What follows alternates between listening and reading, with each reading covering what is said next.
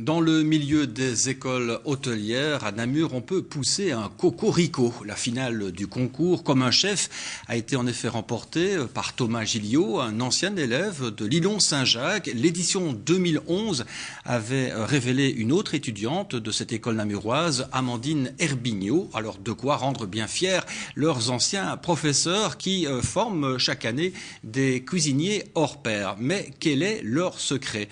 Sarah Yerno et Stéphane Lombet ont tenté de le découvrir pour nous.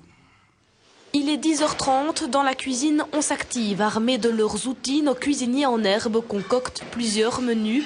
Les ingrédients sont donnés, à eux de créer. Une formation qui pousse les étudiants à marier différents produits et à toujours se dépasser. Depuis 1984, la section hôtellerie-restauration évolue et forme des cuisiniers toujours plus performants.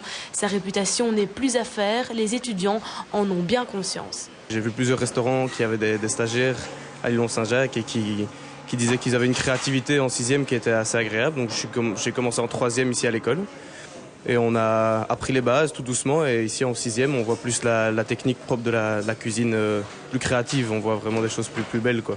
Oui, franchement on est bien formé parce que c'est plus facile. Comme par exemple le maître de stage, quand il va nous demander quelque chose, on ne doit pas lui demander par exemple tout le temps comment est-ce que je dois faire. Parce que les bases, elles reviennent toujours, et les bases, on les apprend à l'école. J'ai préféré Lillon-Saint-Jacques parce que c'est assez renommé. On a gagné beaucoup de prix, etc. Par exemple, comme un chef, l'émission, c'est là qui m'a motivé à venir ici, en fait. Et donc ça donne envie, toi aussi, de faire des concours par la suite? Oui, franchement, oui, ça motive parce qu'on voit qu'on est gagnant quand même. 2 années de suite, on est très bien placé et c'est motivant, en fait. C'est ça qui est bien. De la motivation, ils en ont, plus que quelques minutes avant de servir le repas. En cuisine, on vérifie les cuissons et en salle, on dresse les tables, sous les regards attentifs des professeurs qui cotent chacune de leurs prestations.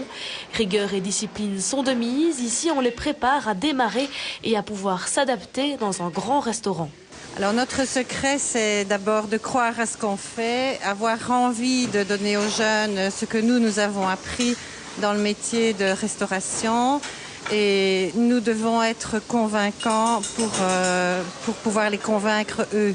Et je crois que ça, c'est une réussite de ce côté-là. Mais je pense que tout ce qui se passe pour le moment dans les médias, qui parlent beaucoup, je dirais tout ce qui est cuisine, vin, œnologie, recettes, tout ça aide, je dirais, à faire connaître le métier. Et ce que je trouve vraiment intéressant dans une émission de ce genre-là, c'est de montrer que des jeunes qui sortent d'une école technique et professionnelle comme la nôtre, et comme d'autres aussi, arrivent en fin de 6e année ou en fin de 7e année professionnelle à être vraiment quelqu'un qui puisse démarrer dans le métier. Car c'est bien là leur objectif. Chaque année, ces jeunes représentent leur école dans différents concours et ils repartent souvent avec la palme, de quoi les rendre fiers et les motiver encore plus.